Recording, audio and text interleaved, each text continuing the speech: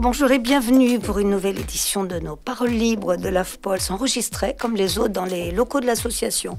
Nous avons deux invités, ils sont déjà présents dans ce studio autour d'un sujet qui, comme ceux que nous vous proposons chaque mois, nous paraît au cœur de l'actualité du secteur et même, peut-être pour celui-ci, constitue une préoccupation quotidienne des dirigeants. Nous allons en effet parler d'organisation, de management et de ressources humaines.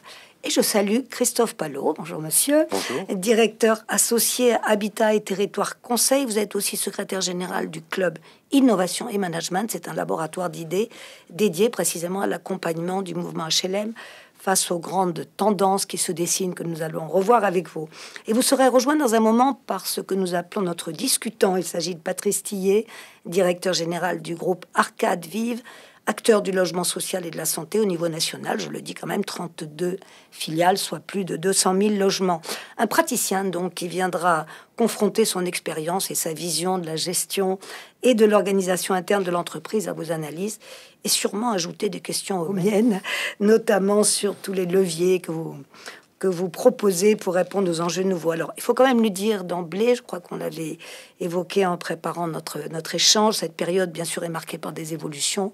Elle touche toutes les entreprises, pas seulement du secteur, avec des conséquences différentes, selon les organismes, leur taille, leur contexte. Donc, et je reprends un mot que vous avez eu, il est illusoire de prétendre restituer une expérience commune à tous les organismes HLM. Ce sont là des tendances. Et ma première question, peut-être pour vous, Christophe Palot, est-ce que ces mouvements que l'on observe quand même depuis un certain temps vous paraissent en ce moment dans une sorte d'accélération? Alors, oui, moi j'ai la chance de travailler depuis une trentaine d'années dans ce secteur et je pense que on n'a jamais été à un moment où on a quelque part accumulé autant de transformations, d'évolutions dans ce secteur. Alors vous l'avez dit, il y a des transformations qui concernent toutes les entreprises. On y reviendra peut-être, c'est toutes les questions de rapport au travail, d'organisation du travail, de digitalisation, d'intelligence artificielle, donc qui amènent tout un certain nombre de préoccupations pour les bailleurs. Et puis il y a des transformations plus propres au secteur, parmi lesquelles, bien sûr, les regroupements, bien sûr, la question des modèles économiques, bien sûr, la question aussi de la diversification des situations résidentielles qu'ils ont à prendre en charge dans leur organisation.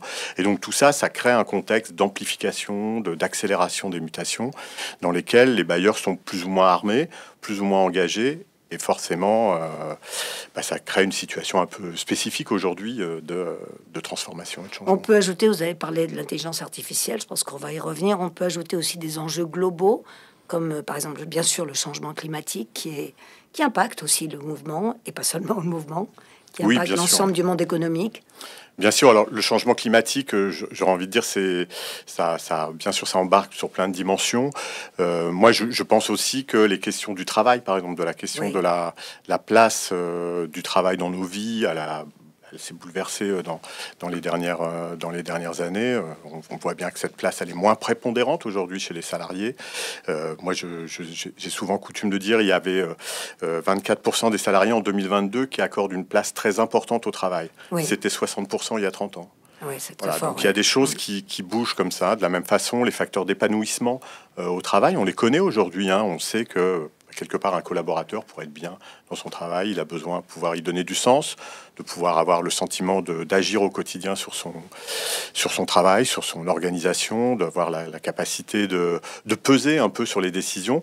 Et sur ces sujets-là, on peut constater, là aussi, dans le monde de l'entreprise en général, alors on pourra voir si c'est un peu similaire pour les bailleurs sociaux, mais une forme de désengagement ou en tout cas de moindre investissement des collaborateurs. Quand ils ne rejoignent pas ces objectifs qu'ils ont. Voilà. Qui peut être aussi le sens des valeurs même. Oui, alors la question des valeurs, la question du sens, la question de l'utilité, mais là encore, quand on interroge les collaborateurs en 2023, il y a 31% des salariés qui se disent épanouis dans leur travail. C'était 65% c'est très, il y a quelques années. Donc on est sur des chiffres qui interroge en tout cas le rapport au travail et la façon dont on peut le mener. Restons-y un instant sur ce rapport au travail, parce qu'il y a des développements aussi de formes nouvelles du travail, bien sûr le télétravail. L'effet Covid n'y est pas pour rien, mais c'était anticipé auparavant. Et en quoi le secteur lui-même est-il concerné ?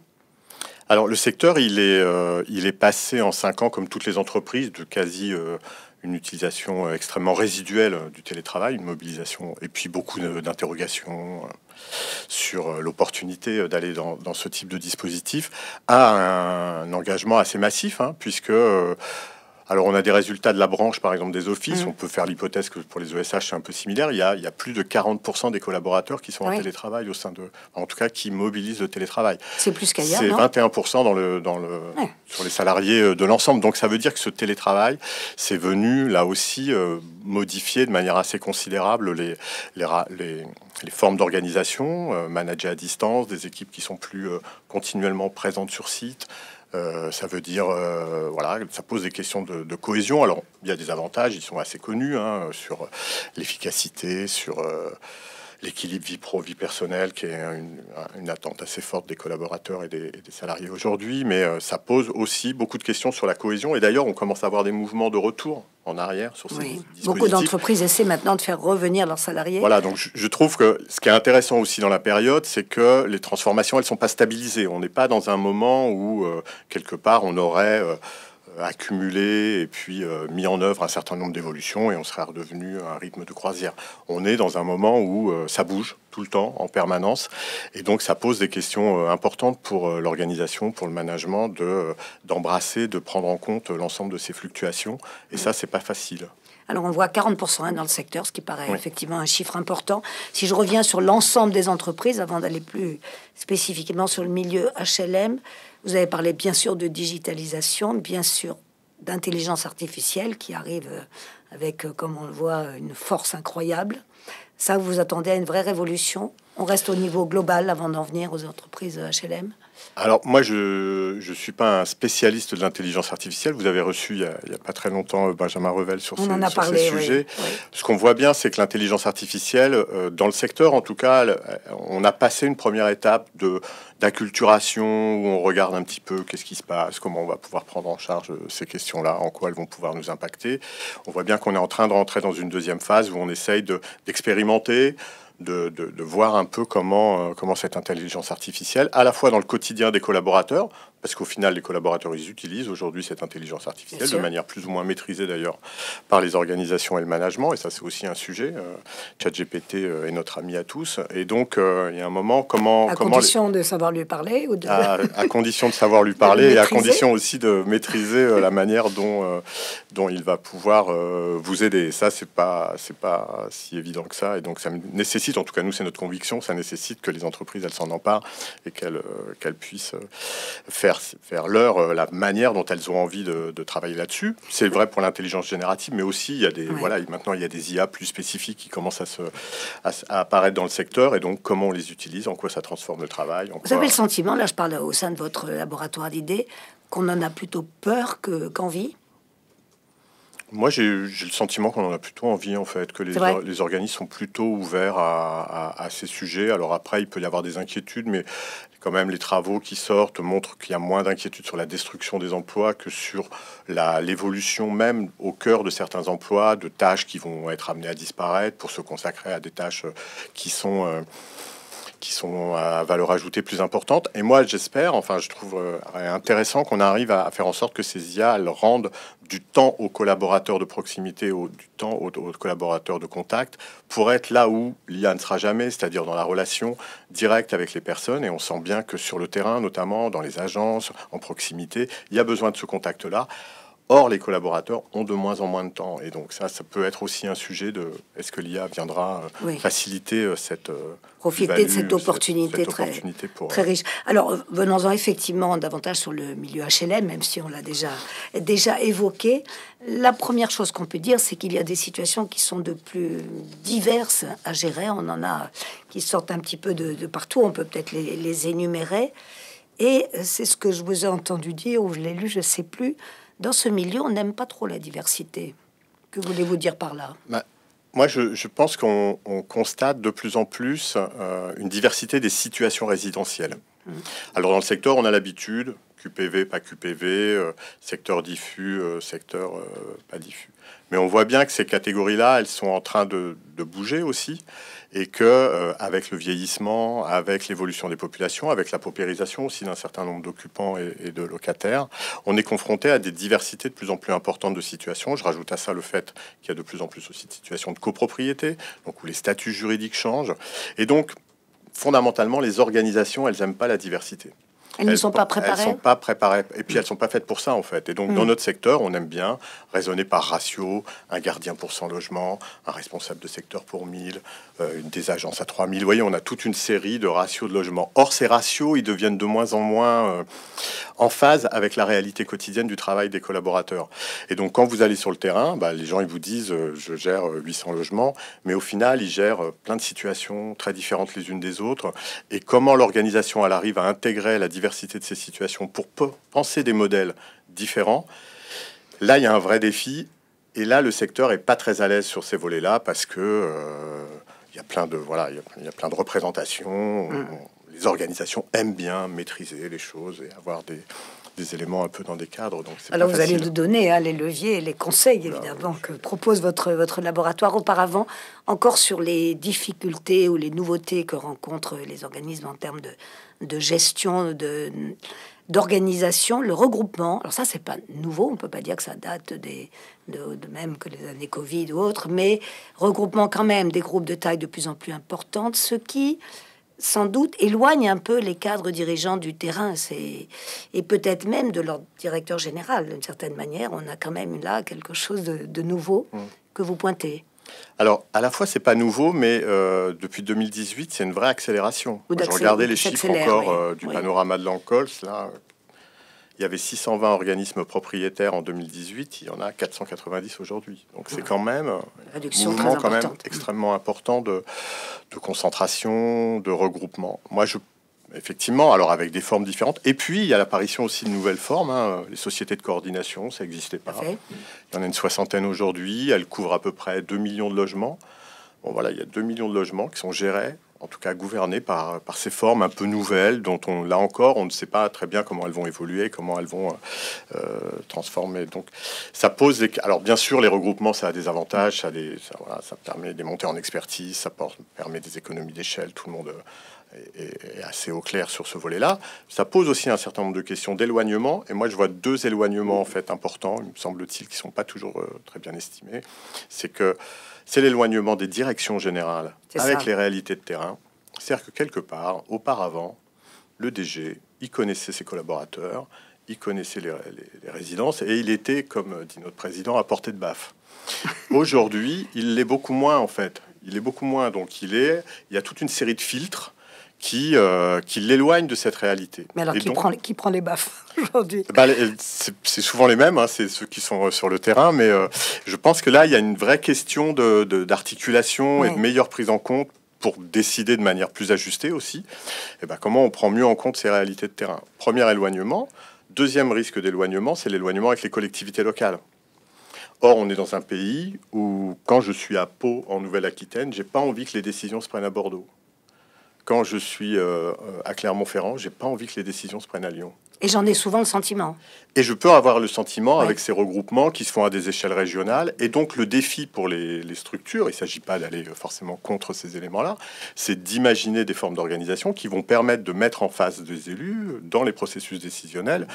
Comment ils vont faire en sorte d'avoir des interlocuteurs qui sont crédibles, en capacité d'engager leur structure, sur lequel je peux me reposer. Et ça, je pense que c'est un chantier qui est encore devant nous. Et je imagine que vous le dites souvent aux organismes, les élus sont très attachés à cela.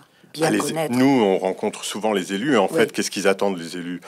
Un interlocuteur, des réponses de proximité, et les élus, ils sont tout à fait au clair sur le fait que le contexte de production et de développement du logement aujourd'hui s'est complexifié, et eux-mêmes n'ont pas les réponses. Donc ils cherchent à avoir des interlocuteurs qui soient en capacité de les aider à construire ces réponses, de réfléchir, de mettre carte sur table, et dans une forme de transparence, de réflexion, aller vers des modèles mieux adapté aux besoins et à la réalité du terrain. Autre point qu'on a déjà un tout petit peu effleuré, mais ce sont les habitants, en fait, les locataires. Alors, on parle beaucoup de tensions accrues dans les relations avec les locataires, sans doute parce que les locataires eux-mêmes Ce n'est plus tout à fait la même population. Nous avons, nous, déjà, ici, dans les entretiens de l'AFPOL, parlé, bien sûr, des questions de vieillissement, même des jeunes, enfin, de tout ce qui se passe sur le plan un peu démographique. Mais il n'y a pas que cela. Et beaucoup de collaborateurs se plaignent de la difficulté à gérer la relation avec les résidents, avec les publics en difficulté. Ça, vous le pointez aussi comme un des grands changements, enfin, un des changements avec lesquels il va falloir agir. En tout cas, c'est ce qu'on constate sur notamment les agences qui sont en accueil physique, font toutes remonter une tension plus grande dans la relation. Alors pour ça, il peut y avoir plusieurs raisons. Nous, on a une petite intuition qui est de dire le secteur s'est beaucoup modernisé et a mis de plus en plus de canaux en fait de communication et de relations avec les habitants, notamment des CRC, des agences numériques. Et donc peut-être qu'on pourrait faire l'hypothèse que se retrouvent en agence, ou en tout cas les gens qui vont en agence, sont des gens qui n'ont pas soit accès à ces autres canaux, soit parce qu'ils sont en colère parce qu'ils n'ont pas eu de réponse. Et donc, on a aussi des éléments de report, de tension, alors qu'auparavant, quand je voulais avoir une réclamation, j'allais voir mon gardien ou j'allais en agence. Mais maintenant, je peux aller au CRC, je peux aller en espace. Donc, tous ceux qui ont accès à ça, toute cette population plus tranquille, une relation plus apaisée avec le bailleur, ne vont plus en agence. Donc, les personnes qui se retrouvent en agence sont des gens qui soit n'ont pas de réponse, soit sont en colère parce qu'ils n'ont pas eu d'éléments. Et donc ça pose toute une question aussi de la qualification des gens qui sont à l'accueil, qui se prennent cette colère des habitants et qui sont pas forcément qualifiés, outillés, équipés, accompagnés pour prendre en charge ces éléments-là de manière satisfaisante. Donc je pense qu'il y a aussi un sujet important et nous on constate aussi cette difficulté. Moi je rajouterais quelque chose si vous me permettez, c'est que on voit bien des phénomènes de retrait aussi, donc des gens qui sont de moins en moins à l'aise dans cette relation aux habitants parce que c'est compliqué, parce que c'est difficile. Et il ne s'agit pas de dire que c'est facile. Oui, on a tendance à se réfugier un peu. Voilà, mais ça l'est d'autant plus que quand je suis en relation, je n'ai pas de capacité de réponse. Et donc ça pose une nouvelle question aux organisations. C'est quand je suis gardien, quand je suis responsable de site, c'est pas la même chose. Si j'ai une vraie capacité d'action, si j'ai un pouvoir d'agir sur ce qui m'est demandé, ou si j'en ai pas en fait, ou si le pouvoir d'agir est reporté ailleurs dans l'organisation et que donc je ne suis quelque part qu'un passe-plat vers quelqu'un d'autre qui va peut-être me donner la réponse ou pas. Bien sûr. Et donc forcément, là aussi, ça crée de la... Ouais. Là, vous êtes vraiment, et on arrive déjà au fond au point clé, au levier que vous suggérez, vous êtes vraiment sur le ressenti du collaborateur. Alors vous l'avez dit déjà, l'impression qu'il n'a pas trop envie que les décisions viennent de la grande ville alors qu'il est lui sur une situation locale. Et l'autre, c'est est-ce qu'on me fait confiance? Est-ce qu'on me donne suffisamment le pouvoir de décision? Ou est-ce que tout ce que je fais, je dois le faire remonter et attendre que ça redescende? Est-ce qu'on est un peu dans cette situation-là? Et que suggérez-vous pour corriger ça? Moi, je trouve assez intéressant. Il y a pas mal de travaux qui sortent en ce moment et qui reposent la question de la contribution des entreprises à la revitalisation démocratique. Et donc, elle le pose sur à la fois pour les organismes avec la question de la relation aux habitants, mais aussi à la manière dont les collaborateurs sont des vraies parties prenantes des processus décisionnels en interne, qu'ils disposent de marge de manœuvre et de capacité de délégation et de capacité d'action. Et beaucoup de travaux disent, en tout cas commencent à faire des corrélations entre le fait que les collaborateurs dans les entreprises aient le sentiment de participer à la décision et le sentiment d'avoir une capacité d'organisation personnelle, d'avoir la main un peu sur son travail, et le rapport au vote, par exemple, à l'abstention ou au vote extrême. Donc c'est quand même intéressant de se dire, moi en tant qu'entreprise, est-ce que j'ai un rôle à jouer sur la manière dont j'embarque mes collaborateurs dans la compréhension de ce que c'est qu'une délibération, la compréhension des enjeux qui sont les nôtres dans une période de transformation pour rendre les gens plus acteurs de leur quotidien. Est-ce que ça veut dire que je les informe davantage de ce qui se passe à mon niveau? Est-ce que on verra ce qu'en dit Patrice Tillet tout à l'heure, comment il va réagir. Mais au fond, vous suggérez de davantage les impliquer avec quoi? Des collectifs, d'animer des collectifs de direction, de quelle manière pouvez-vous les associer davantage aux prises de décision? Il me semble qu'il y a peut-être deux sujets sur le problème de confiance aussi. Oui, alors en plus, on est dans un. Oui. Vous m'avez invité à lire le rapport de l'IGAS sur la culture managériale. C'est terrible en fait pour la culture managériale française. J'en dis un mot. Terrible, voilà. J'en dis un mot. On en a parlé effectivement quand on a préparé. Il se trouve que c'était à la fin du mois de mars, il y a très peu de temps, l'IGAS, donc l'Institut des Affaires sociales, qui examine les affaires sociales pour le ministère, pour la France en fait, pour le Premier ministre, sur les pratiques managériales en France. C'est assez sévère, Management à la française, le grand malaise, c'est titré par plusieurs journaux, et je résume, hein, une assez faible reconnaissance justement au niveau inférieur, une culture hiérarchique très rigide. Donc c'est un constat assez peu reluisant et surtout qui va un peu à l'encontre de ce qui se fait dans d'autres pays d'Europe. C'est ça qui est intéressant à signaler, l'Allemagne, la Suède, l'Italie même, l'Irlande, qui sont des pays où on a une culture du consensus. On n'a pas, nous, ici, la culture du consensus. En tout cas, dans les entreprises françaises, on c'est assez sévère, hein, on l'a moins qu'ailleurs. Ouais. Et on est un peu rigide encore. Hein. Je pense que dans les organismes, quand on enquête auprès des collaborateurs, ils reconnaissent tous qu'ils ont une forme d'autonomie. Il y a un fort attachement à l'entreprise sur des questions d'utilité sociale, de sens. Mais on est quand même issu d'un socle un peu bureaucratique et de relations assez hiérarchisées.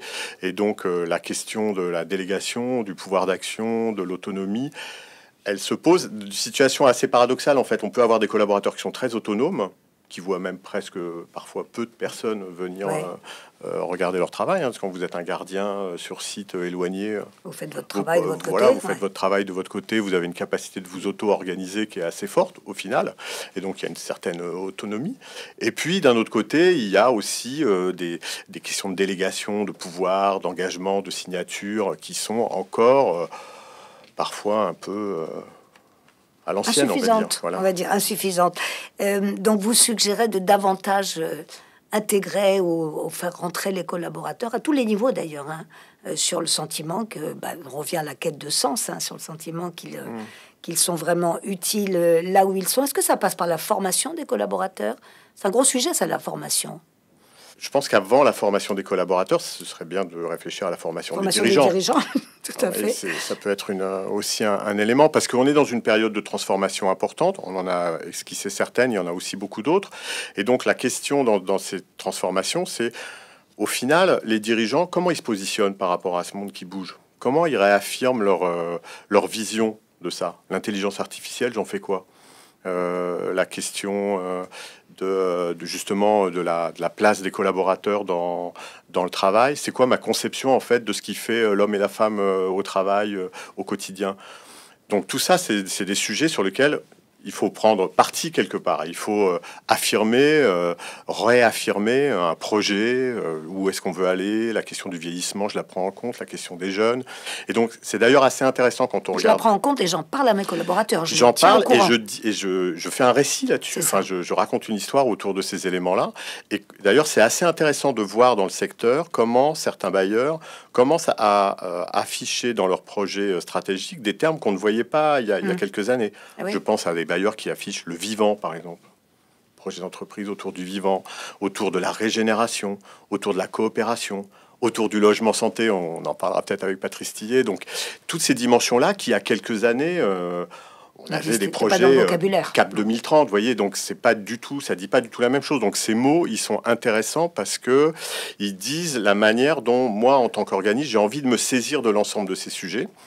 Ça, c'est un premier niveau de sens pour les collaborateurs, parce qu'ils sont tous en attente. Enfin, les collaborateurs, ils voient bien que ce monde est en transformation. Donc, qu'est-ce que nous en disent les dirigeants, en fait, sur ce sujet-là?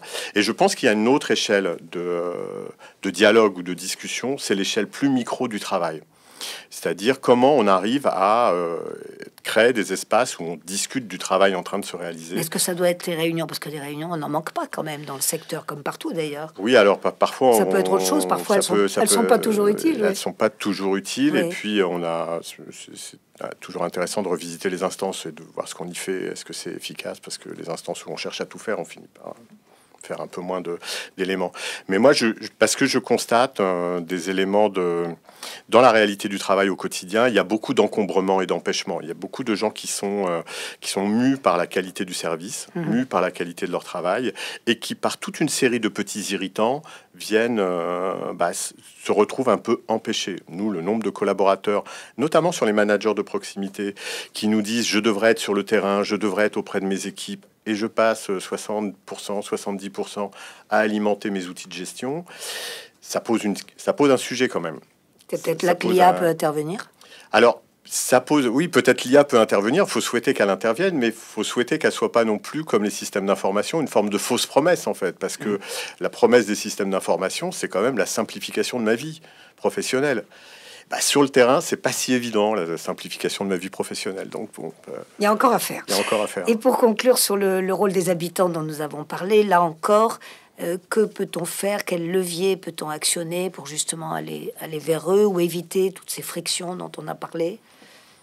Informer davantage, mais comment? Je pense qu'on est sur un sujet éminemment difficile. Vous avez fait des émissions avec des spécialistes. Moi, je suis pas un spécialiste de la concertation avec les habitants. Ce que je vois bien, c'est que les formes traditionnelles, elles sont un peu épuisées, quoi. Enfin, en tout cas, elles épuisent les équipes, elles épuisent. Moi, j'ai vu, en tout cas, certaines, et nous, on en a accompagné certaines, des formes où on va aller vers de type grande conversation. De type où à un moment donné, vous dites, il y a des organismes qui se sont engagés de ça, pendant une journée, pendant une semaine, l'ensemble des collaborateurs de la structure vont aller à la rencontre des habitants, de manière un peu ouverte, sans forcément de questions. Ça, moi, je trouve que c'est intéressant.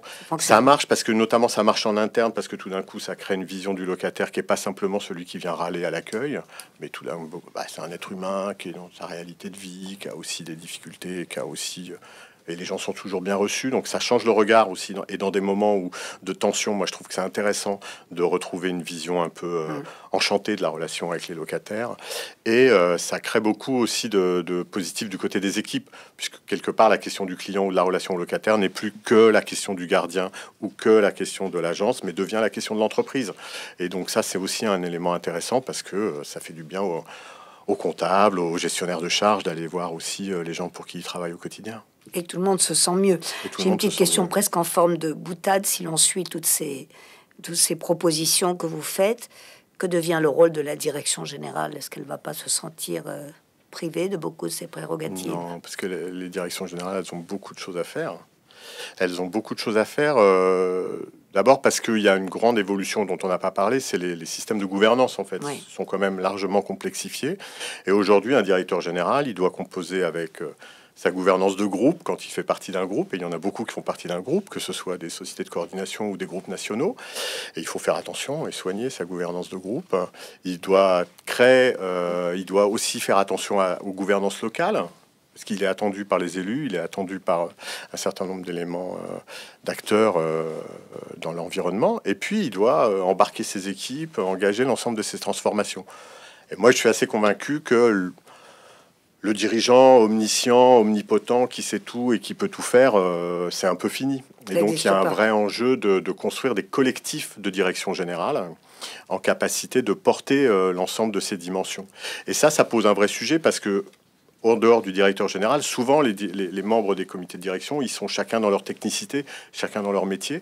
Et donc la capacité à avoir une approche globale de l'entreprise, à être en capacité de porter l'ensemble du message auprès des autres acteurs, pour moi, ça devient un défi important. Donc la collégialité des directions générales me semble un beau sujet.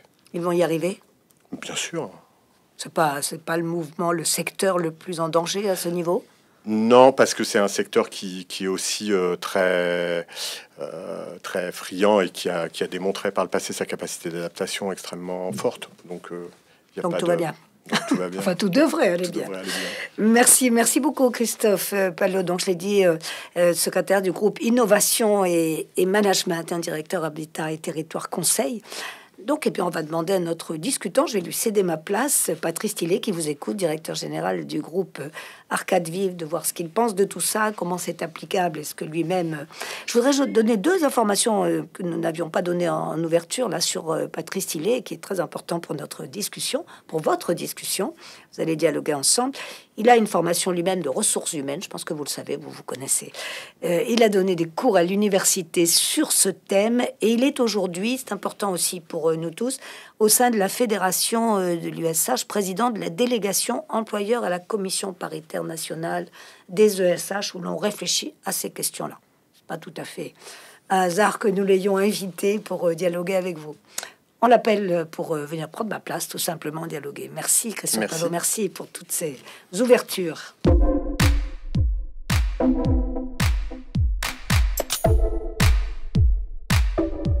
Patrice Tillet, directeur général du groupe Arcade Vive, a donc rejoint Christophe Palot et on va voir quelles sont ses réactions à tout ce que nous nous sommes dit auparavant. Patrice Tillet, à vous. Merci Christophe pour ces éléments d'éclairage que vous nous avez apportés. Moi, avec mon double regard, à la fois opérationnel, mais en même temps dans le dialogue social avec les organisations syndicales, ce sont des sujets qui sont au cœur de nos préoccupations. Alors, on partage le constat que vous évoquez sur l'accumulation des transformations, une accumulation un peu inédite. Peut-être que parfois, avec les organisations syndicales, on n'a pas tout à fait la même vision sur les causes qui ont produit ces effets-là, pensant plus que c'est l'organisation. Et peut-être que de temps en temps, on peut se dire aussi qu'il y a des éléments exogènes qui sont intervenus. Vous avez évoqué le Covid, qui ont été des moments qui ont pu perturber la relation au travail et puis la relation interpersonnelle.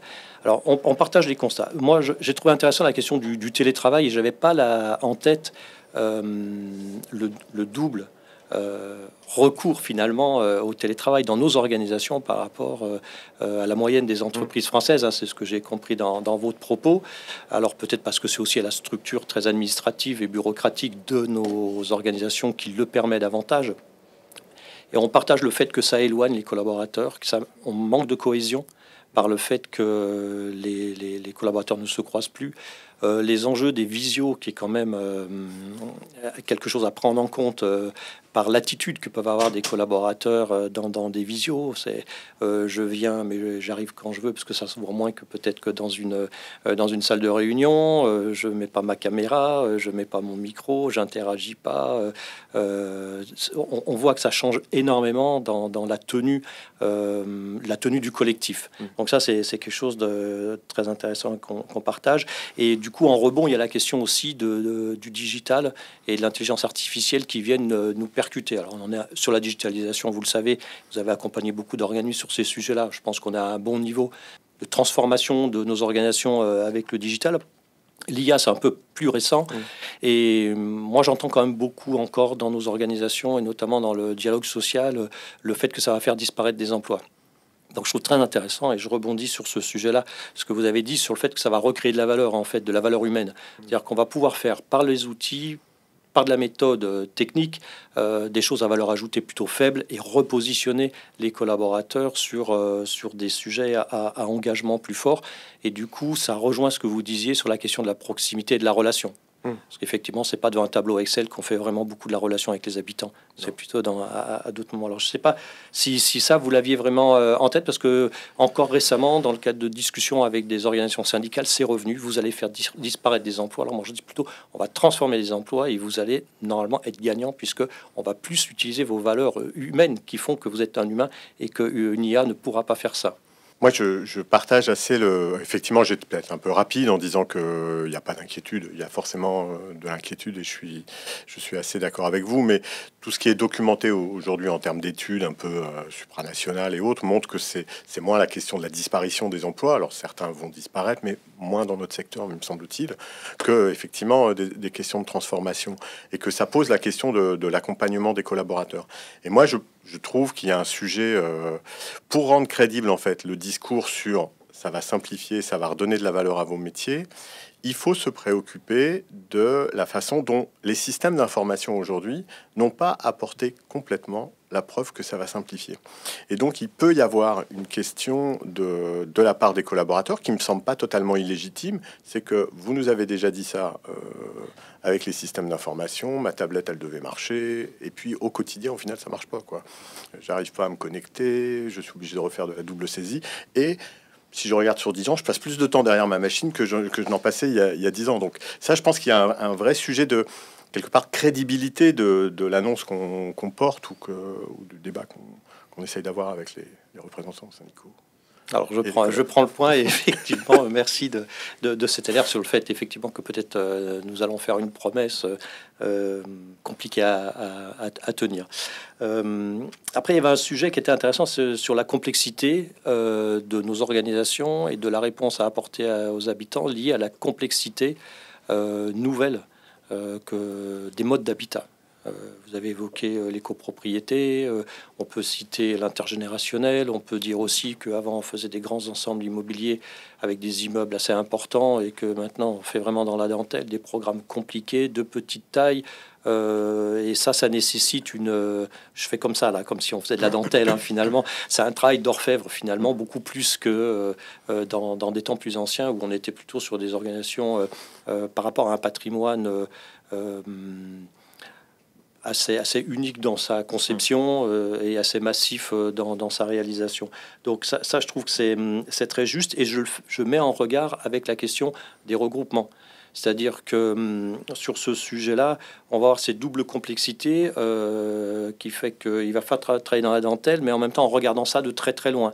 Donc vous l'avez bien décrit, et c'est pour ça que dans ce que vous disiez, qui me semble important, c'est-à-dire que les lieux de décision puissent être locaux, conserver ça dans nos organisations pour que les collaborateurs, vous avez dit, j'ai noté le pouvoir d'agir, hein, qu'ils puissent avoir le pouvoir d'agir quand ils sont sollicités.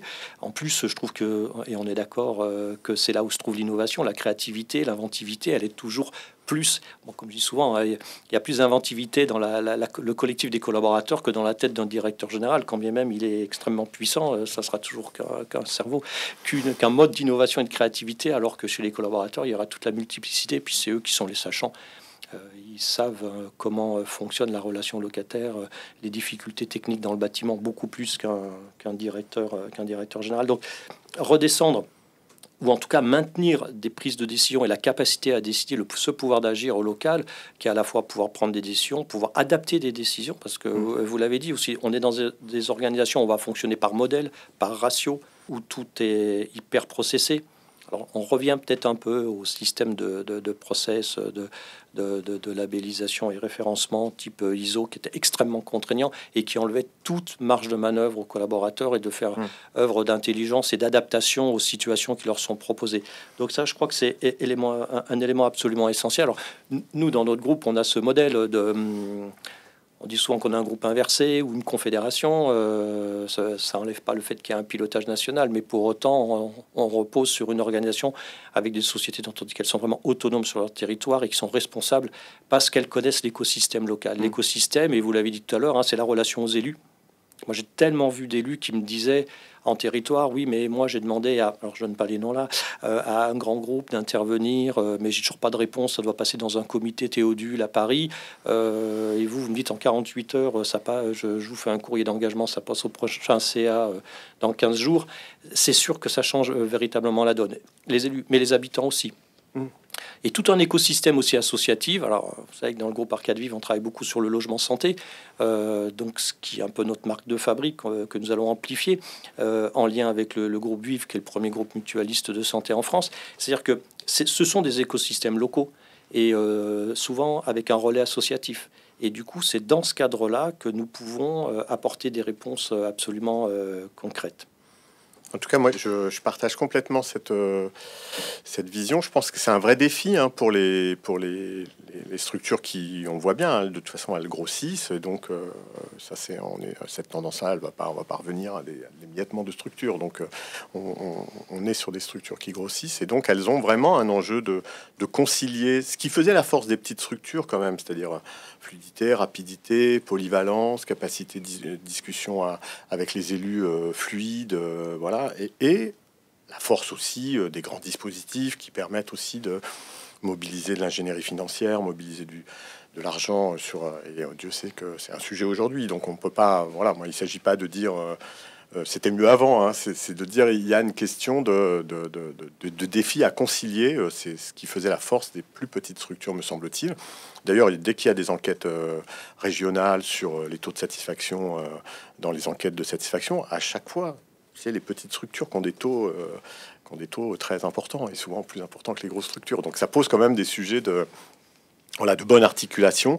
Et ça, je pense qu'on est au début de ces éléments-là. On voit bien avec des phénomènes d'aller-retour. Qu'est-ce qu'on centralise? Qu'est-ce qu'on délocalise? Jusqu'où on va dans la délocalisation? Je suis un responsable d'agence, sur quoi j'ai la main? Quel est mon budget? Voilà, et c'est des questions assez concrètes au final et qu'il faut pouvoir embarquer si on veut réussir la transformation au service de tous et des territoires locaux. Mais je crois qu'on partage. Oui, tout à fait. Alors, je voudrais rebondir aussi sur je l'ai bien aimé parce que dans nos travaux de réflexion stratégique, on l'a posé comme ça, un défi démocratique aussi. Donc ça, je partage sur ce fait-là. Ce défi démocratique, il vise finalement deux publics, hein, à la fois nos habitants. Il faut qu'on réenchante la relation aux habitants avec du collectif, hein, du sens collectif, de la concertation, de la considération pour les habitants, qu'on les engage sur ces sujets communs.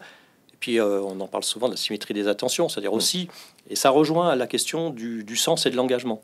C'est-à-dire comment on envoie le signal à nos salariés aussi qu'ils ont leur place à jouer dans les prises de décision.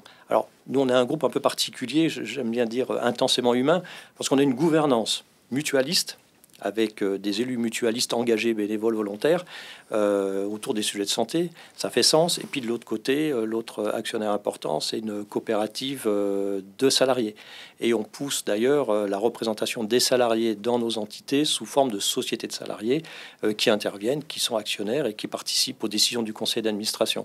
Donc c'est un modèle un peu particulier. Je crois qu'en 2025, c'est un modèle d'une modernité incroyable. Je pense que ça répond vraiment aussi à une partie d'enjeux démocratiques. Et du coup, je suis très fier de porter ça dans ce groupe. Et donc, cette symétrie des attentions est absolument nécessaire. Et ça peut aussi, à mon sens, s'exprimer à travers les collectifs de direction que vous avez évoqués. Alors, je ne sais pas si c'est des sujets sur lesquels vous avez eu des expériences particulières, mais c'est vrai qu'on n'est plus... Moi, mon regard, c'est qu'on n'est plus dans le directeur général omniscient, omniprésent, hyper président ou hyper directeur général, mais plus sur des collectifs qui partagent, qui sont copropriétaires des enjeux stratégiques et qui partagent les décisions. Alors moi, disons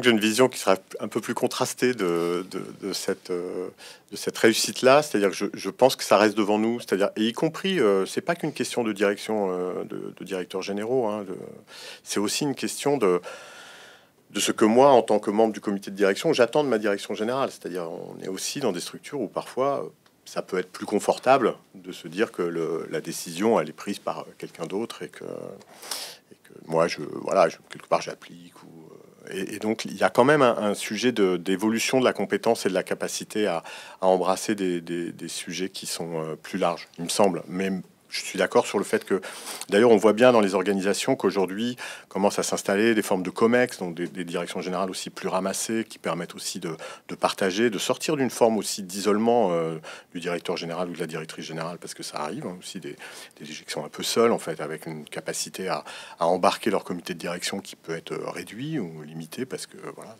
l'histoire de l'entreprise et comme ça. Et donc ça, c'est des choses qu'il faut accompagner, il me semble-t-il, si on veut réussir à embarquer tous les sujets qui sont devant nous. Mais peut-être qu'on peut rebondir sur le sujet parce que vous avez évoqué le rapport de l'IGAS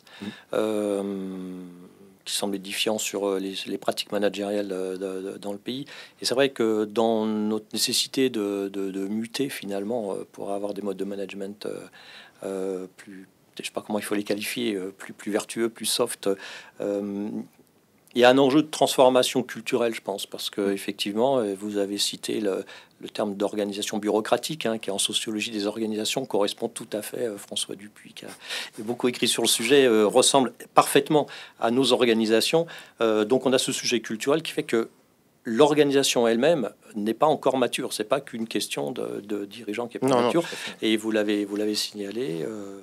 Peut-être Dominique Rousset dans une question. Il y a un vrai sujet de formation derrière et de formation des collectifs de direction. Et puis pour moi, m'être formé pendant mon circuit professionnel de dirigeant, je vois tout l'avantage en tant que dirigeant aussi d'aller se former et s'informer aussi des autres modes de décision collective, mode de faire. Et ça, c'est absolument essentiel. Mais je crois qu'on a aussi quand même ce problème culturel qui fait que nos organisations ont traversé le temps et en se réinterrogeant pas énormément sur ces sujets-là. Alors on dit souvent, et moi je trouve que la formule est sympa, l'immobilier est immobile par nature, oui, mais n'est pas immobile uniquement par le fait que le patrimoine ne bouge pas, il reste à son endroit là. Mais je pense que l'organisation culturelle, nos organisations sont un peu aussi immobiles et peut-être que viennent les temps qui nécessitent un peu de réinterrogation sur ces sujets-là. Mais la formation est au cœur de la révélation de nouveaux modes de fonctionnement. peut-être. Et oui, moi sur ce point-là, ça me fait penser à deux choses. Tout d'abord, longtemps dans les organisations, quelque part, les postes d'encadrement étaient à des sachants plus, en fait. C'était je suis directeur du patrimoine parce que j'ai l'expertise sur le patrimoine. Je suis directeur financier parce que j'ai l'expertise financière. Et la question de la compétence managériale n'était pas forcément un sujet très déterminant, en fait, dans la montée en compétences. Et donc ça, je pense qu'aujourd'hui, c'est un vrai sujet de... Mais c'est pas que pour les organismes, d'ailleurs. Je pense que ça renvoie à notre culture managériale française qui est comme ça, qui aime bien le vertical et le hiérarchique. Donc ça, il y a un vrai sujet d'évolution de la culture managériale. Et il y a un autre sujet que moi, je sens poindre et que pour le coup, je vois une vraie évolution, c'est l'agenda des dirigeants, en fait. Et le temps de cerveau disponible qu'il leur reste pour se former, s'ouvrir à ce qui bouge. Je suis assez frappé, et ça, je trouve qu'il y a une vraie différence d'il y a 10 ans ou 20 ans. C'est que la disponibilité des directeurs généraux aujourd'hui me semble très réduite, en fait. Et j'aurais presque envie de les inviter à retrouver de la maîtrise de leur agenda. Parfois, j'ai le sentiment qu'ils sont un peu dans la succession. Alors, Teams n'a pas aidé en plus, parce que la succession des réunions, tout ça. Et donc, le temps de prendre soin de soi, de réfléchir, de prendre du recul, me semble aussi un sujet pour faire évoluer la culture managériale d'ensemble. Alors, ce matin, si vous partagez. Ah ben oui, ce matin, j'avais un point avec la DRH Group et on évoquait la difficulté pour certains collaborateurs qui disent qu'ils n'arrivent pas à gérer le trop-plein et par le fait que quand on leur fait des propositions, ils ne les achètent pas en quelque sorte et que ça a une vraie contradiction à la fois à le revendiquer et à pas vouloir mettre en œuvre les actions correctives qui pourraient le permettre. Donc ça veut dire aussi le rôle des managers à aider les collaborateurs à répondre à ça. Et puis du coup, elle me renvoyait ça à moi-même en disant mais Patrice, toi c'est pareil, regarde ton agenda, t'as pas un quart d'heure entre deux réunions, tu fais 8 à 9 réunions par jour. En fait, quand est-ce que tu as le temps d'avoir du temps de cerveau utile pour préparer ton intervention avec Christophe Fallot par exemple. Et du coup, elle me rappelait les travaux sur lesquels on se base, nous, sur notre réflexion stratégique du moment, sur la robustesse des entreprises, théorisée par Olivier Amand, et sur lesquels elle me dit, tu sais, en fait, la lenteur va être utile à la robustesse de l'entreprise. Et c'est ce matin, à 9h30, elle me dit ça. Donc, vous voyez, ça fait résonance. C'est la question, justement, du rythme auquel on doit aller et de comment nous nous organisons pour que ce rythme soit propice à la réflexion, au temps de cerveau utile, et puis aussi à l'interaction avec les collaborateurs. Donc, on l'a dit tout à l'heure en introduction, on a ce sujet, c'est que l'interaction est dématérialisée ou est technologisé, je sais pas comment on va l'appeler, puisque au bout du compte, c'est le téléphone, c'est le mail, c'est la visio. Et on voit d'ailleurs nos boîtes mail qui sont envahies de mails où on est destinataire par copie, dans la liste de copies. Alors un DG, vous imaginez tout ce qu'on nous envoie pour copie en disant comme ça, il pourra pas dire qu'il n'était pas au courant, mais du coup, ça fait un tombereau de mails qui arrivent en flux tendu. Donc, on a un vrai sujet sur ces questions-là, c'est comment on redonne aussi du temps à la relation. Donc, en interne, mais s'y maîtriser l'attention toujours, c'est vis-à-vis des habitants, vis-à-vis de nos parties prenantes.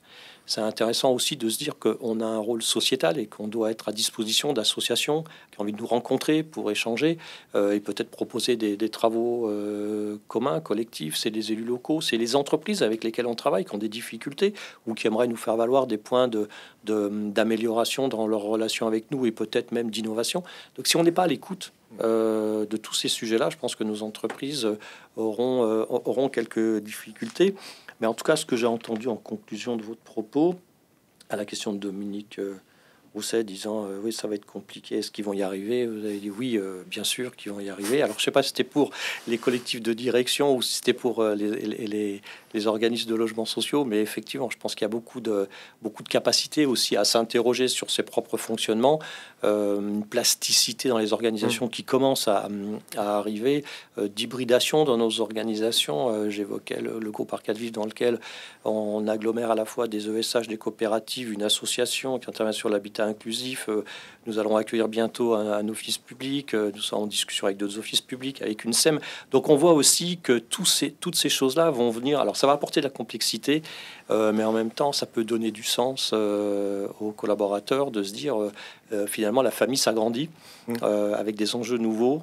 et on a des sujets communs, et ça peut être porteur de sens aussi. En tout cas, moi, je l'espère vivement. Oui, et puis ça donne aussi la consistance à la robustesse, c'est-à-dire qu'il montre aussi qu'il faut être hétérogène il ne faut pas avoir des réponses uniques, il faut construire des réponses un peu différenciées, diversifiées en fonction, pour ce qui nous concerne dans notre secteur, des territoires, des habitants, et donc c'est une bonne façon d'avancer. Tout à fait. En tout cas, soyons robustes et confiants dans l'avenir. Merci infiniment à tous les deux. C'est très intéressant de vous entendre. Je retiens l'éloge de la lenteur dont vient de parler Patrice Tillet. C'est une jolie formule, et puis beaucoup d'autres. Merci à Christophe Palot pour tous ces conseils. Merci à vous.